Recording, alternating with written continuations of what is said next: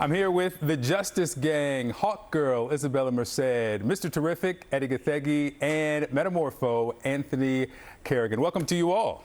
Thank you. All right, so yeah, Superman is on the poster, right? So he gets a lot of shine, but the Justice Gang in this movie, you guys have a lot of screen time. We learn a lot about you. How'd you prepare for the character? Well, I prepared kind of in advance. It was interesting because I was also learning arms training and then swords training at the same time. So that was interesting. It was for two different projects. But yeah, it was a lot of fun. I think the wire work, there was a lot more than I anticipated. Yeah. I don't know why my brain didn't put the two together, that if I was playing a bird person, I would also be flying. But yeah, they're usually wings. Yeah. I don't know. I was like, they're gonna make me float, right? Zero gravity, obviously. But yeah, it was cool to see my wings as well. It was an amazing process. Yeah. Eddie, That's how the about great you? thing about being in a comic book movie is there are comics. Yeah. So you can, and they gave us a link to the DC database, so we had access to every single comic that's basically ever been made. Yeah. So we just did as deep of a dive as we wanted to do. Big time. Yeah, I mean, for me at least, the costume, getting into the costume was, you know, I mean, it was intense. It was like 5.5 hours in the makeup chair, all, you know, prosthetics. So, you know, it was really nice that it was kind of a return to, you know, this real makeup, you know, not just CGI. But honestly, once I got in that wardrobe, you know, it really started to feel real. Is this the first live action Metamorpho? Yeah, it is. How'd you take that into consideration in creating what I saw was a lot of sensitivity in this character? Yeah, well, fortunately, I mean, so much of it is imbued in the script, right? I mean, like Eddie was saying, you know, that we have this database of comic books to kind of look at the source material and want to do it justice. But James Gunn's script is so good and has such nuance with each of these characters. So the blueprint's there. Yeah, and Mr. Terrific, this is the first time, I believe we're seeing a live-action Mr. Terrific, right? A live-action Michael Holt. Okay. There has been a live-action Curtis Holt, but this is the first time we're seeing a live-action Michael Holt. Yeah, and so when you got into that suit, and I was so impressed with the mask, I mean, that to me was just so fly. What did you feel? I felt like a superhero. Yeah. I felt like I was staring at someone who could save the world. It was very empowering. And then it was the manifestation of, you know, a childhood dream.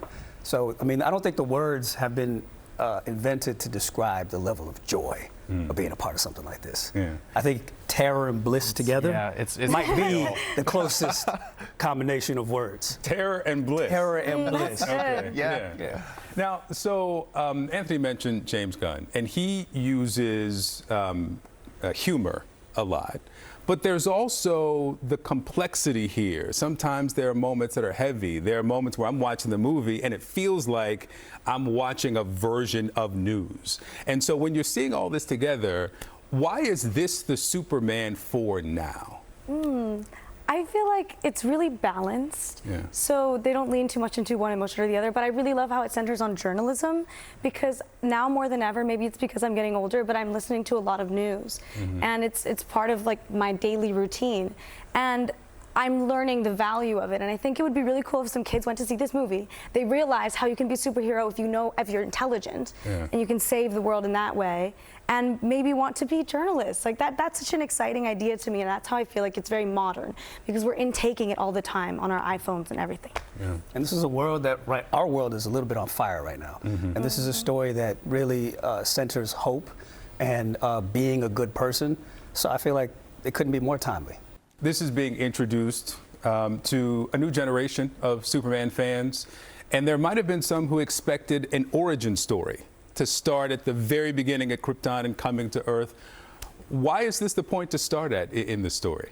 Well, I think we've seen origin stories for Superman and Batman ad nauseum. Yeah. So, I mean, if you want to bring the audience in right away, you know, start in the middle of the story. Hit the ground running. Hit the ground running.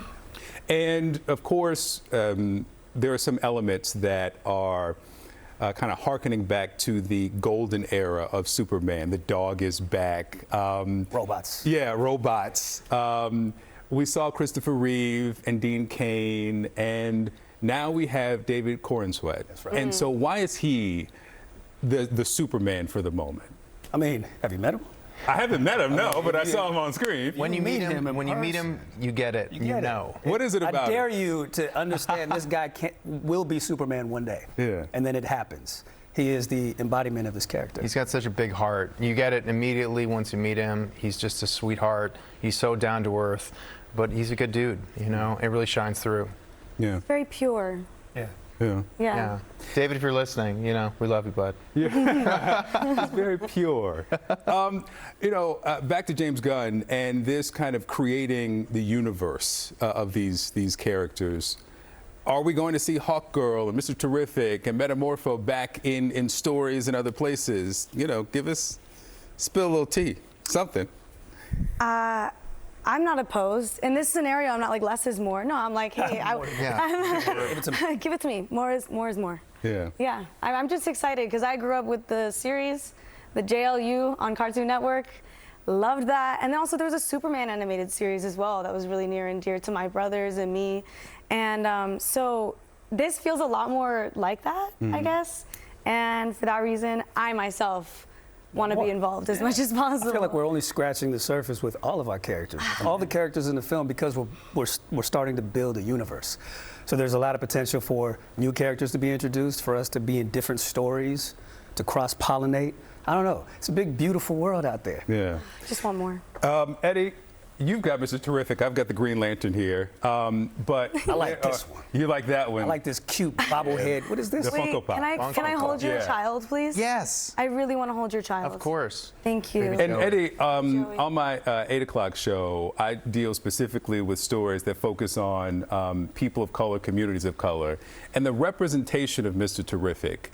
What consideration was that for you in creating the character and for what you wanted to portray on screen? What was extraordinary about this character to me was that his superpower was intelligence. So this is a character who understood that you don't have to be superpowered. You don't have to have powers in a universe with gods and monsters to make a difference. So there's a potential to inspire a lot of kids through this character. You know, my dream is that kids want to pursue science, arts, STEM more because they watch what Mr. Terrific is capable of doing in this film. Yeah.